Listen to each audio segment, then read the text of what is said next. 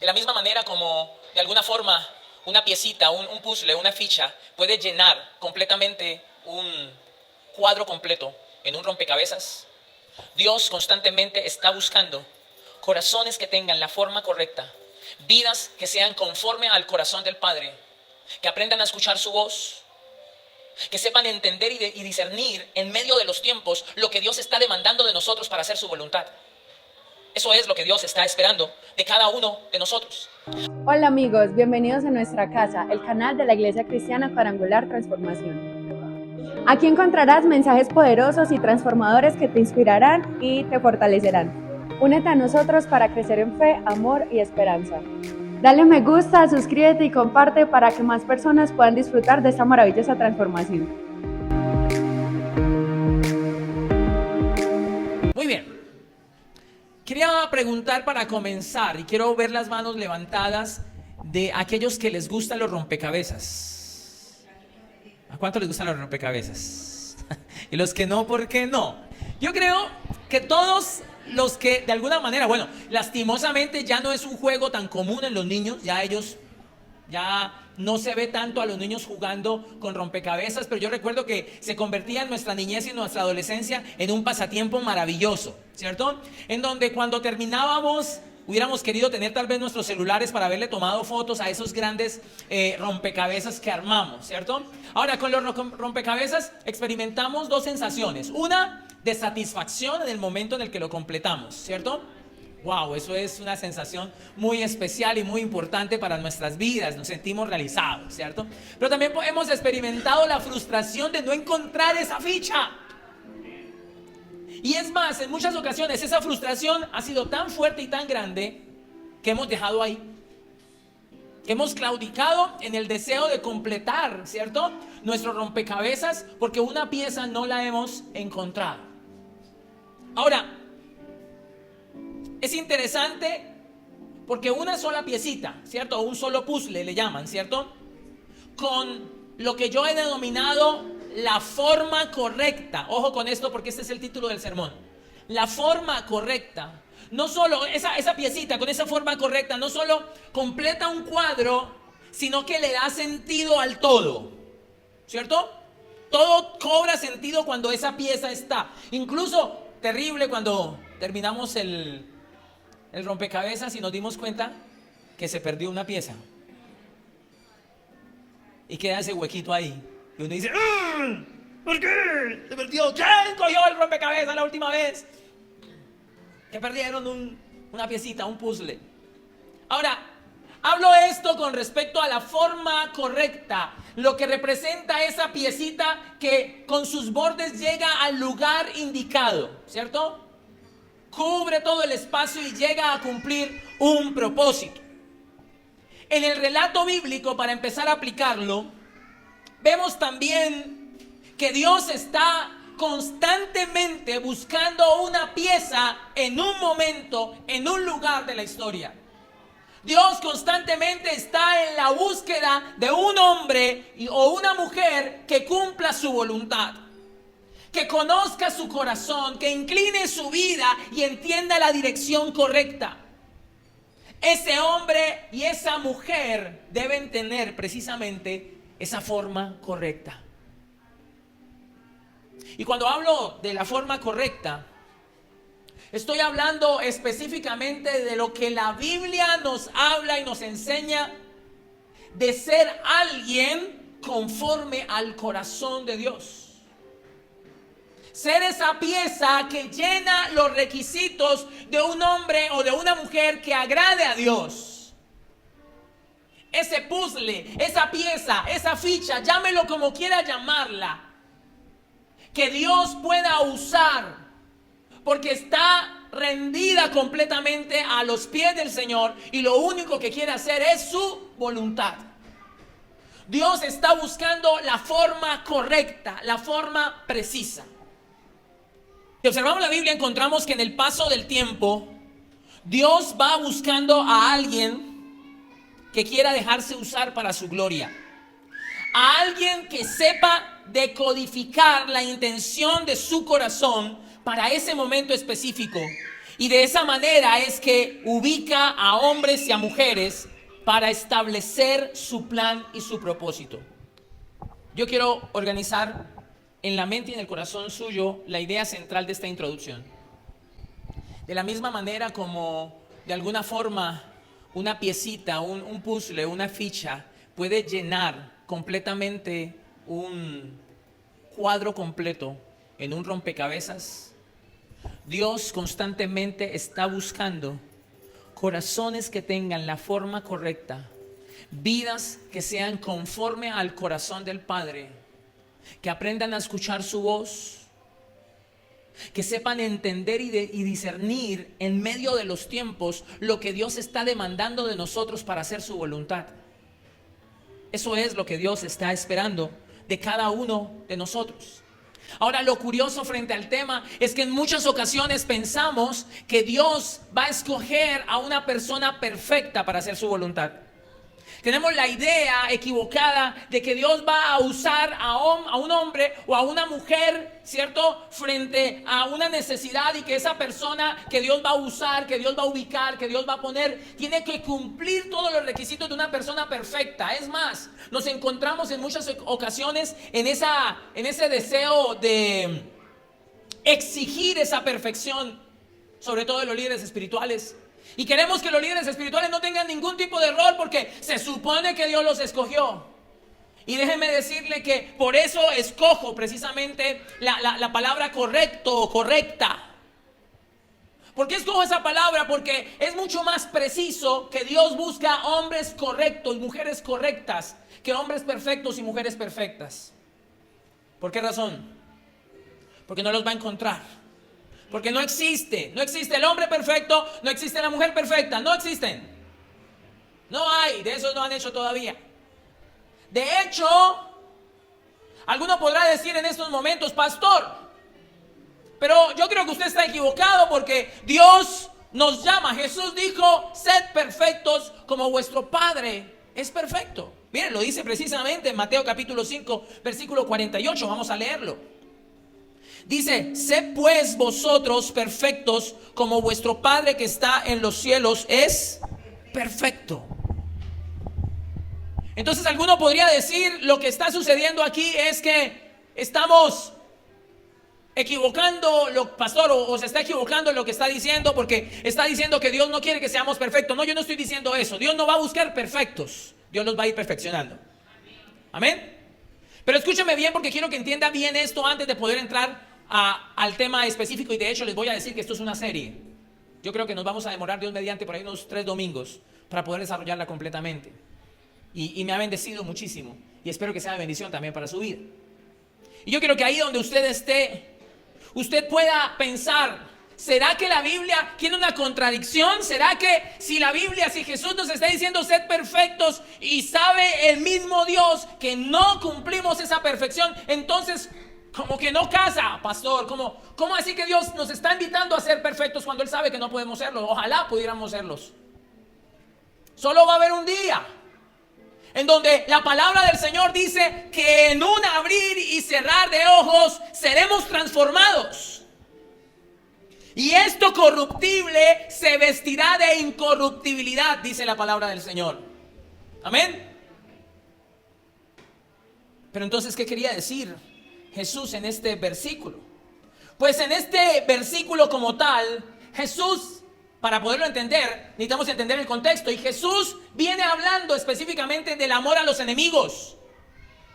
Estamos hablando de que estamos en el marco del Sermón del Monte, en donde Jesús está estableciendo una ley mucho más profunda que la ley de Moisés. Por eso dice cosas como: se os ha dicho, no cometeráis adulterio, mas yo os digo. ¿Cierto? Jesús está renovando la ley y dándole un sentido mucho más profundo y mucho más espiritual. Y en ese marco del Sermón del Monte, Jesús empieza a hablar acerca de amar a los enemigos. Y dice cosas como: no resistáis al que es malo. Antes, cualquiera que te hiera en una mejilla, en la mejilla derecha, vuélvele también la otra. Luego dice cosas como: oíste que fue dicho, amarás a tu prójimo y aborrecerás a tu enemigo. Pero yo os digo, amad a vuestros enemigos, bendecid a los que os maldicen, haced bien a los que os aborrecen y orad por los que os ultrajan y os persiguen. Jesús está enseñando acerca de cómo cambiar un mecanismo en el corazón en donde amamos no por lo que sentimos, sino que amamos como una decisión, tal cual como Él nos ama. Eso viene diciendo Jesús. Jesús dice en ese momento también: porque si amáis a los que os aman, ¿qué recompensa tendréis? ¿No hacen también lo mismo los publicanos? Amar a aquel que me ama lo hace hasta un asesino. La persona más mala en este mundo ama a quien le ama.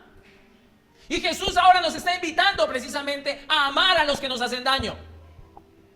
Y en ese contexto es que termina diciendo lo que leímos precisamente: sed perfectos como vuestro Padre que está en los cielos es perfecto. Ahí es donde Él está hablando de la perfección. Y no está hablando de la perfección en términos de no tener errores, falencias. Está hablando de la perfección del amor. Ama como Dios ama, de forma perfecta. Porque Él es capaz incluso de hacer salir el sol a buenos y malos, a justos e injustos. Trae la lluvia sobre buenos y malos. Ese es nuestro Dios. Jesús nos invita a amar perfectamente como el Padre ama perfectamente. Ahora, no podemos negar en ninguna manera que a través del Espíritu Santo Él nos va transformando, Él nos va perfeccionando. Pero la perfección que aquí habla, vuelvo e insisto, es la perfección del amor, que nos lleva a ser capaces de amar a nuestros enemigos. Entonces, cierro esta parte.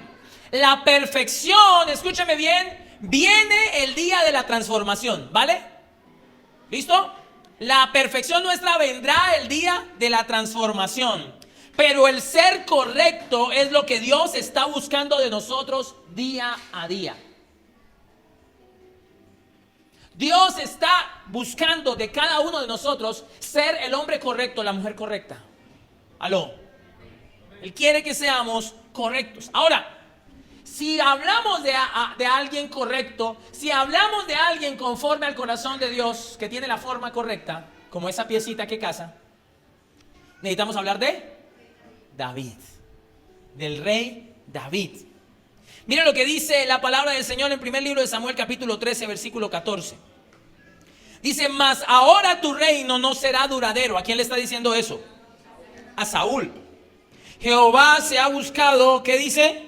Un varón conforme a su corazón, al cual Jehová ha designado para que sea príncipe sobre su pueblo, por cuanto tú no has guardado lo que Jehová te mandó. Escúcheme bien, en un contexto en el que el reinado de Saúl es un reinado equívoco, un reinado malo, un reinado dañino,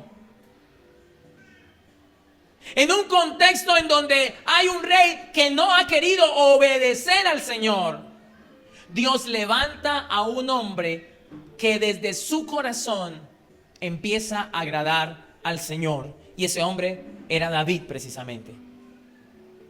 Ese hombre era David. Amén. Y en esta dirección quiero dar el día de hoy 2 puntos, para que podamos ver lo que significa un hombre conforme al corazón del Señor.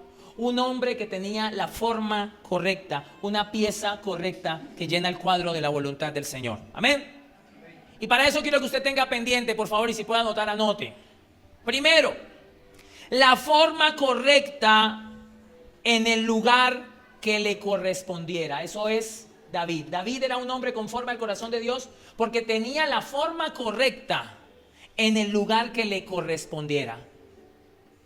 Y de esto creo que hay mucho que decir. David aprendió a ser fiel en su esencia, estuviera en el lugar donde estuviera. Donde Dios lo hubiera ubicado, David sabía ser fiel al Señor. Sabía ser correcto. Hay muchos, y de hecho es muy fácil demostrar ser correcto cuando somos visibles. Aquí en este púlpito es muy fácil ser correcto, mis hermanos. En los instrumentos. podemos poner cara de angelitos. Y cualquiera pudiera decir de nosotros: wow, mira cómo se ve lindo, mira cómo se ve bella. Ay, qué bellezura. Pero no se trata de ser correcto en los lugares en donde fácilmente por ser correctos vamos a ser aplaudidos, vamos a ser reconocidos. David aprendió a ser correcto en los lugares donde nadie le iba a aplaudir, en donde nadie le iba a reconocer. David tuvo un corazón correcto detrás de las ovejas de su padre. Detrás de las ovejas de su papá, David fue correcto. Y mire qué interesante, ni siquiera eran las ovejas suyas, eran las ovejas de otro. Y muy probablemente usted esté trabajando para otra persona, usted esté haciendo algo por otra persona, esté cuidando el negocio, la empresa de otra persona. Y de repente usted se siente aburrido o aburrida porque no, qué aburrimiento, yo aquí no gano casi nada. Y otro sí es el que disfruta. Pero David aprendió a ser fiel, a ser correcto, a hacer las cosas bien, aun cuando lo que tenía no era suyo. Mire, ¿sabe algo? Se conoce verdaderamente el corazón de una persona en cómo cuida lo que se le presta. Aló. ¿Cómo cuida lo que se le presta? ¿Cómo cuida lo que no es suyo? Se nota evidentemente cómo es el corazón de la persona. Yo no sé si usted ha tenido experiencias duras y dolorosas. A veces nos pasa que se nos olvida que cuando alguien pone algo en nuestra mano lo pone por confianza, ¿cierto? Porque pone de alguna manera la seguridad de que su hijo, su bien, su herramienta, su ¿qué? Su dinero, ¿cierto? Se va a usar bien. Y en muchas ocasiones nos hemos visto envueltos en que no le damos el valor o el significado correcto de aquello que han puesto en nuestras manos y defraudamos. David supo darle el lugar correcto a lo que no era suyo. Él cumplió con aquello que no era suyo. Y yo quiero preguntar en esta hora, ¿qué tienes que no sea tuyo? ¿Cómo estás administrando eso que no es tuyo?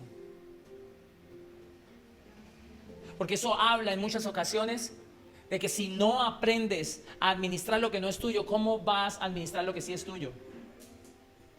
Yo creo que la mayoría de los que estamos acá estamos en una casa en arriendo y en muchas ocasiones la casa se está cayendo a pedazos, pero uno dice, no, como no es mía, como no es mi casa, pues yo no le voy a meter porque no es mi casa.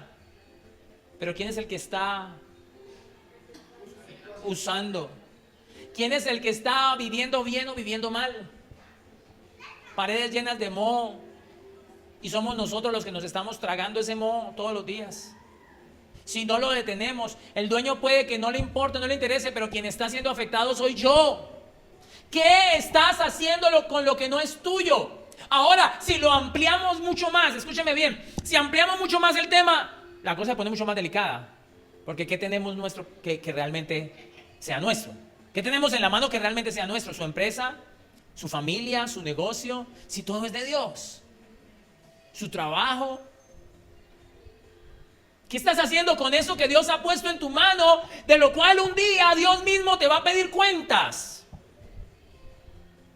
¿Qué estás haciendo con eso que Dios te puso en tus manos? Y aquí viene a memoria precisamente la parábola de los talentos, ¿se acuerdan? ¿Y qué dijo el que le dieron un solo talento? Señor, tuve miedo, lo escondí, no lo puse a producir, no hice nada. No hice nada. Y entonces aquí nos damos cuenta precisamente, mis hermanos, que si no somos fieles en lo poco, Dios no nos va a poner en lo mucho.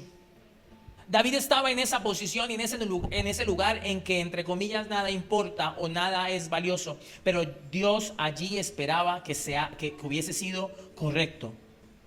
Y quiero dar algunos ejemplos. Tal vez alguno de los que está aquí está sin trabajo, o tal vez está en el trabajo que no quiere estar. Y en muchas ocasiones lo único que sale del corazón es queja. Lo único que sale del corazón en esos momentos es una molestia constante. Sin embargo, ese tiempo, ese momento en el que estás sin trabajo o en el que estás en el trabajo que no quieres estar, es un momento de prueba, es un momento en donde se va a mostrar lo que está en tu corazón y en mi corazón.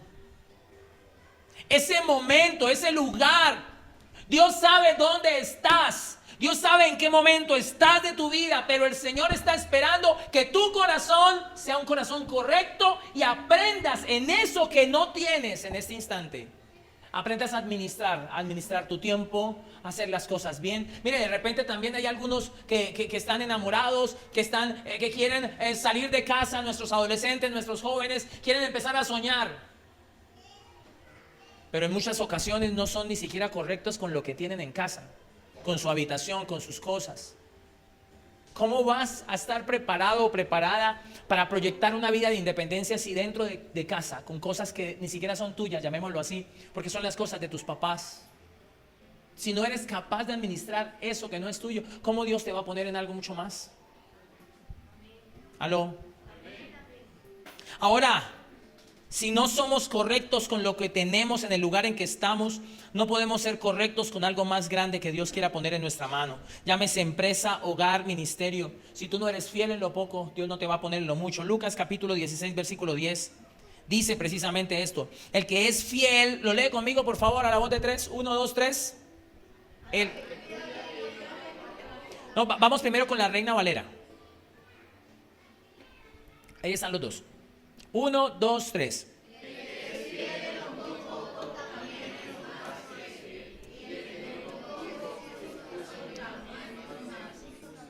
Y miremoslo en la traducción lenguaje actual. Ahora sí. Al que cuida bien lo que vale poco, también se le puede confiar lo que vale mucho. Y el que es deshonesto con lo que de poco valor, también lo será con lo de mucho valor.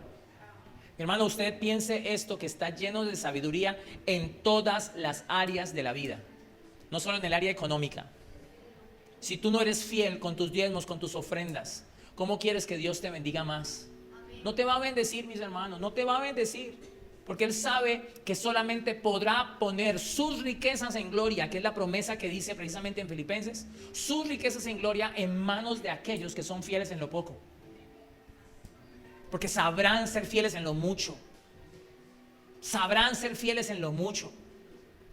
Y así llámelo en tiempo, en esfuerzo, en dedicación, en todo.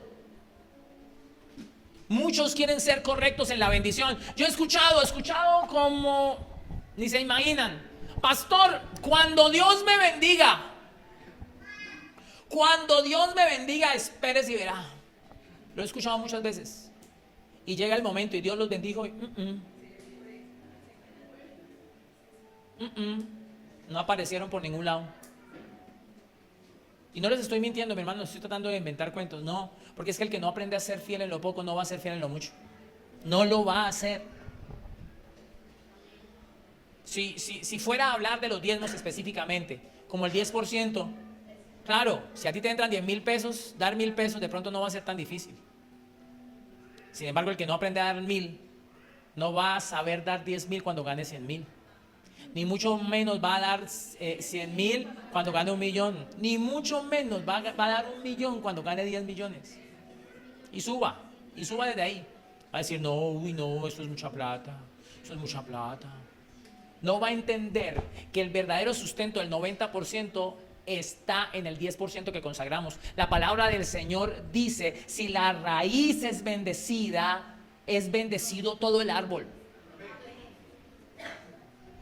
Si la raíz es bendecida, si nuestra primicia, si lo primero, si lo principal es bendecido, lo demás va a ser bendecido. Y es lo que el Señor nos habla en su palabra. Dios vio eso precisamente de David. David cuidó las ovejas de su padre, del oso, del león, del lobo, incluso arriesgando su propia vida. ¿Quién lo vio? ¿Quién vio? No hubiera sido fácil que si venía un oso, que si venía un león a robar las ovejas de su papá, Él hubiera dicho, no, pero es que ya arriesgar mi vida por las ovejas de mi papá, no, ya pues si fueran mías, yo de pronto, ¿cierto? No, pero son las de mi papá. Yo más bien le digo, papá, no, yo no me iba a arriesgar, imagínese, me hubiera matado el oso. ¿Y qué dice la Biblia?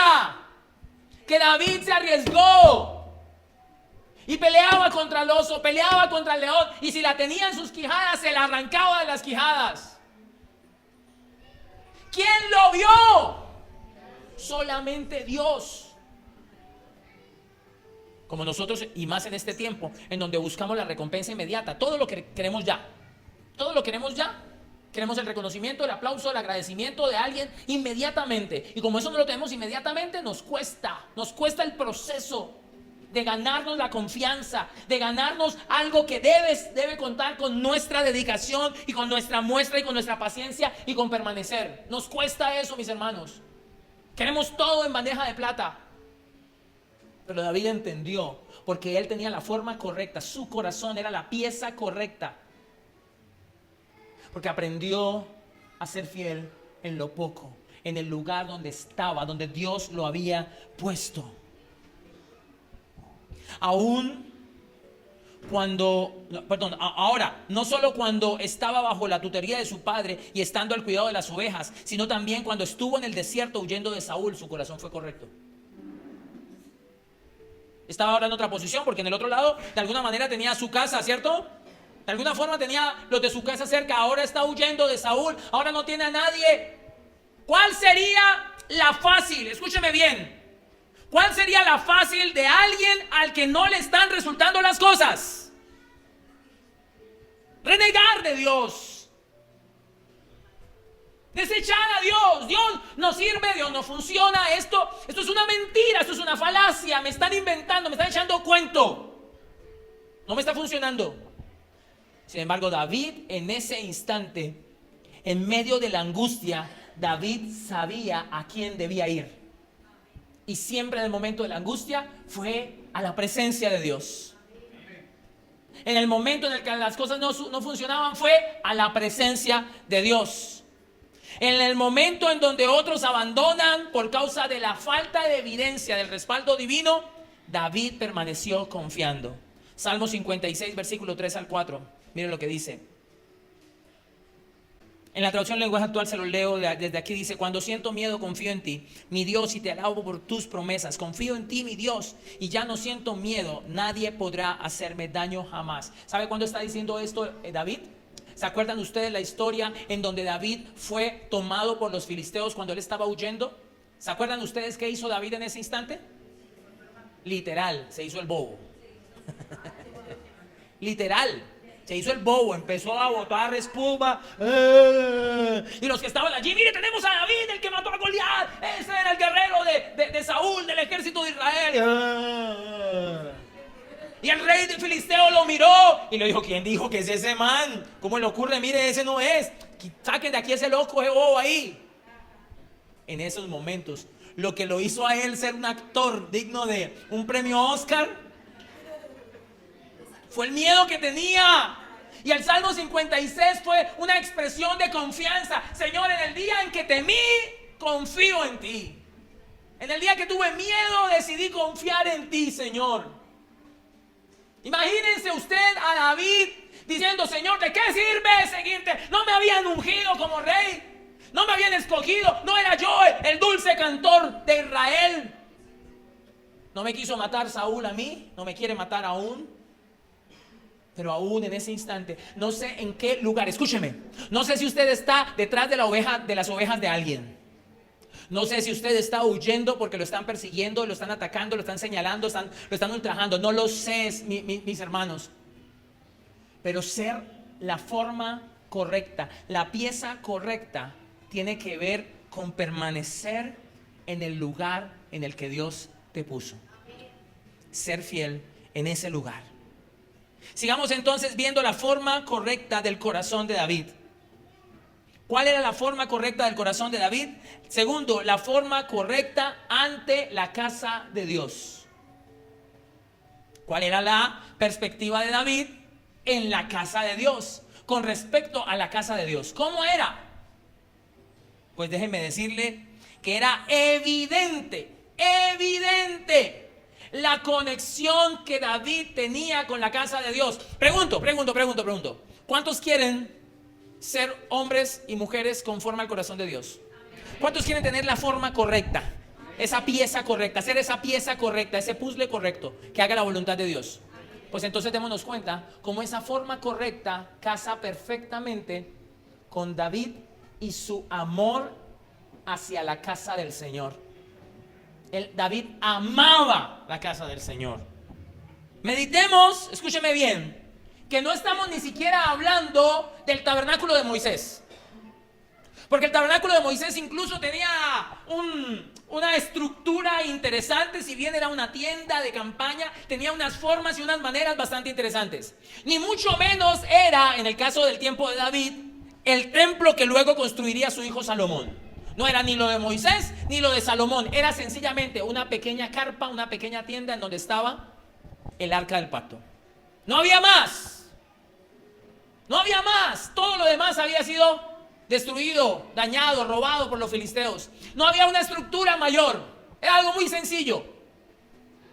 Pues claro, si hablamos de la estructura del tabernáculo, o mucho más de la estructura del templo de Salomón, cualquiera podría decir: oye, yo si puedo tener un auditorio maravilloso, espectacular, con juegos, con luces, con cámaras, con todos los juguetes, ¡aleluya!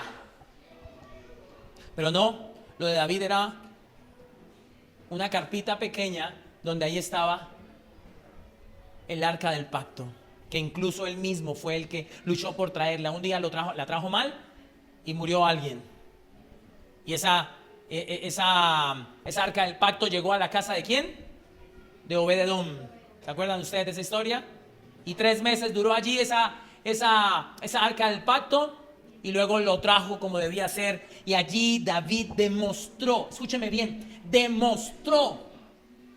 Yo quiero que usted piense en este instante a Dios mirando a David. Este es un hombre conforme a mi corazón. Este tiene la forma correcta. ¿Por qué tenía la forma correcta? Porque amaba la casa del Señor. Así fuera solo una tiendita. Su anhelo por el lugar de la presencia de Dios era absolutamente evidente. Buscaba, deseaba, anhelaba estar en la casa de Jehová y no tenía excusa alguna para no estar en la casa de Dios. ¿Quieren verlo a través de estos textos bíblicos? Y dejemos que la misma palabra sea la que nos predique en ese caso. Iremos rápidamente. Salmo 23:6. Lo va a leer conmigo. Dice la palabra del Señor: ciertamente el bien y la misericordia me seguirán todos los días de mi vida, y en la casa de Jehová moraré por largos días. Salmo 27:4. ¿Qué dice? Una cosa he demandado a Jehová, esta buscaré. Una sola cosa le he pedido a Dios, y esta la voy a buscar. ¿Qué dice?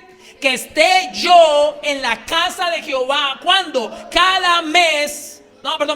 Una vez al año en Semana Santa. ¿Qué? ¿Cuándo, perdón? Todos los días de mi vida, para contemplar la hermosura de Jehová y para inquirir en su templo.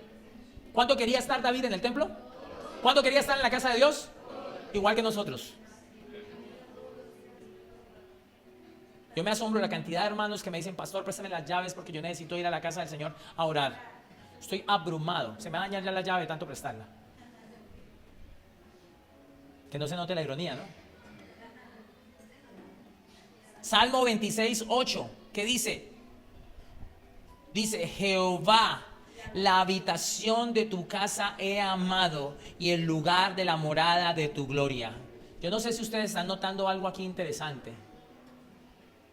Y es que incluso David, escúcheme, es el primero en cambiar la forma en la que se ve el lugar en donde Dios habitaba en medio de su pueblo. Porque antes era llamado el tabernáculo, el santo tabernáculo, ¿cierto? Otros ídolos y otras personas, otros reinos tenían sus templos.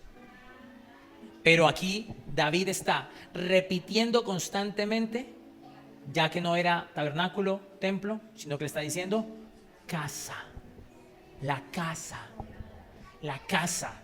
Y dice, una vez más lo leo: Jehová, la habitación de tu casa he amado, y el lugar de la morada de tu gloria. ¿Cuánto amaba David? Escúcheme, ¿cómo nos veríamos nosotros en términos del amor de David a la casa del Señor, si David hoy estuviera sentado acá?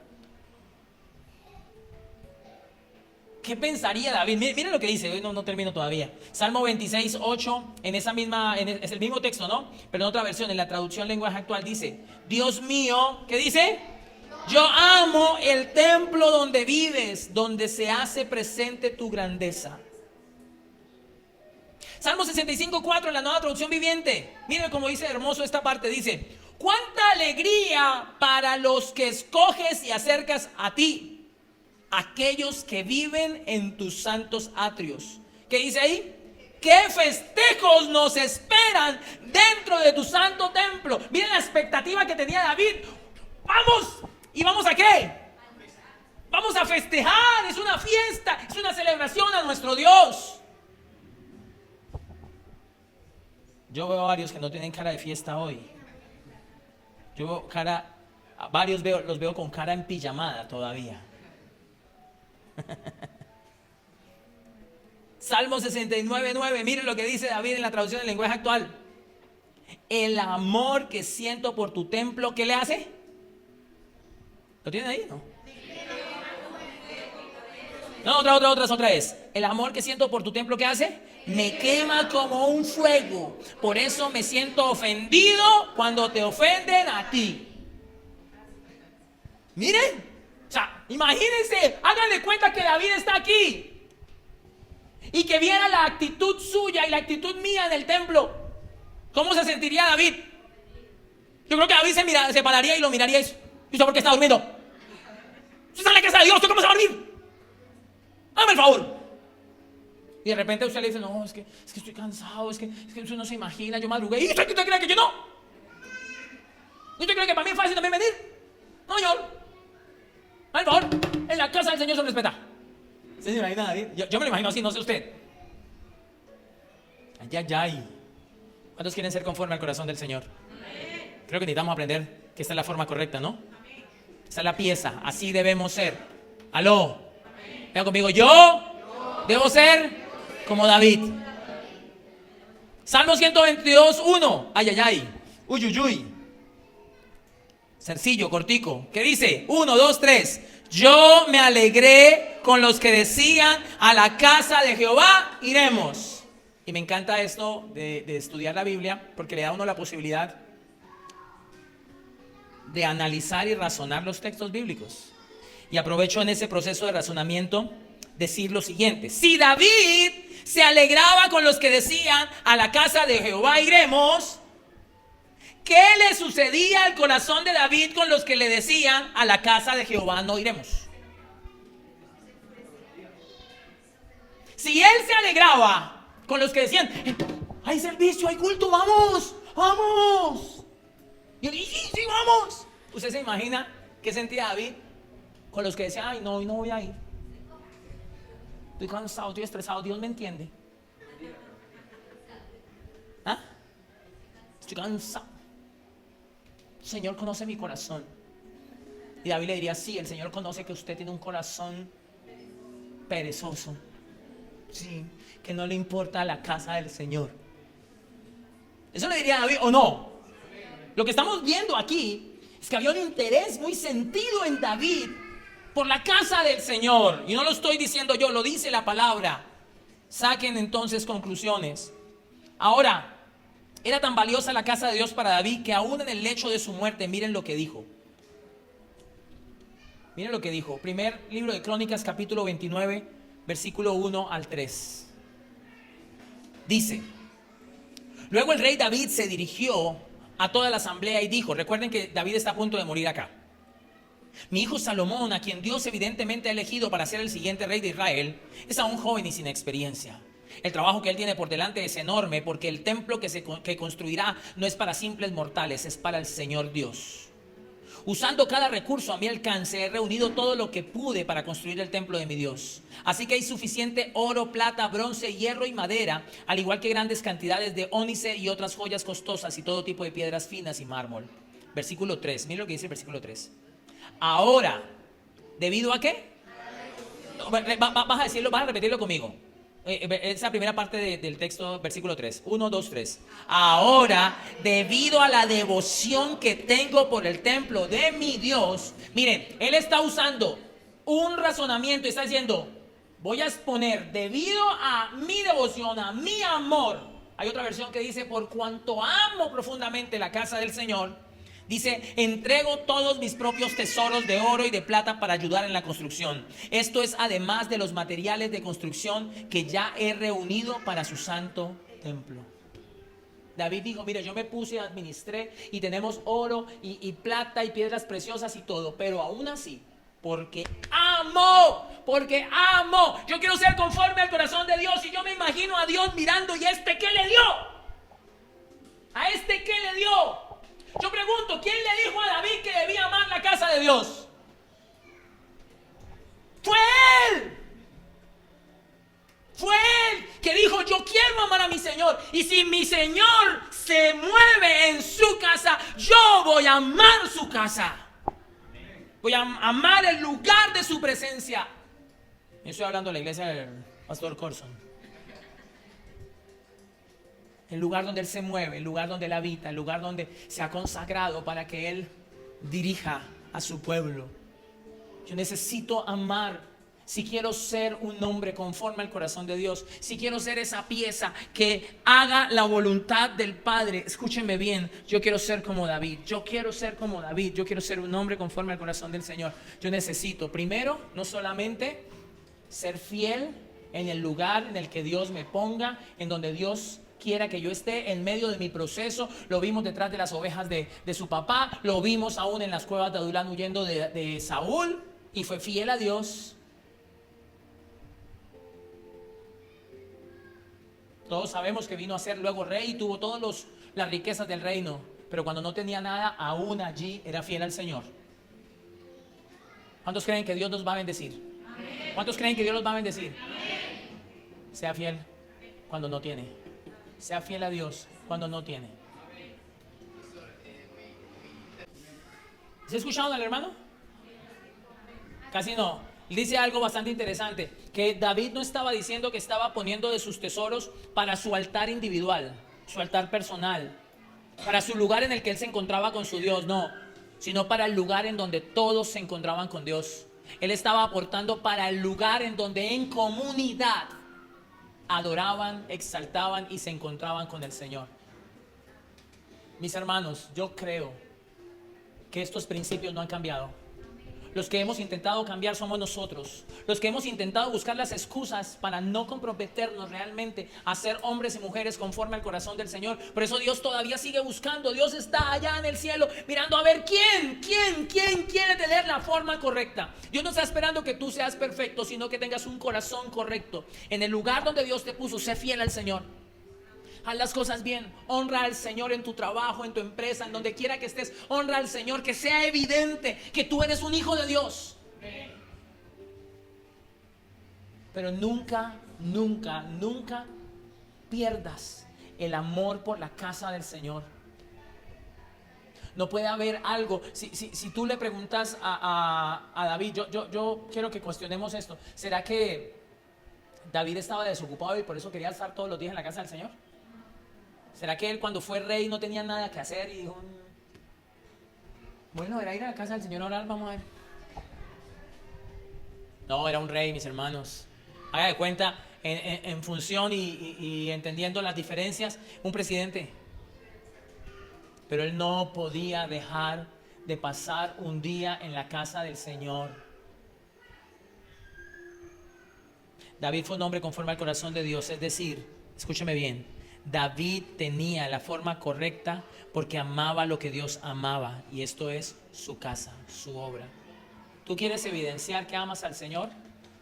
Evidencia que amas su obra. Si no amas su obra, no podrás decir que amas al Señor. Escúchame bien, ya te doy la palabra, Fredicito. Si tú no amas la obra de Dios, no podrás decir que amas al Señor. Porque es la obra que Él estableció en esta tierra. Es lo que Él dejó en esta tierra para representación de su nombre.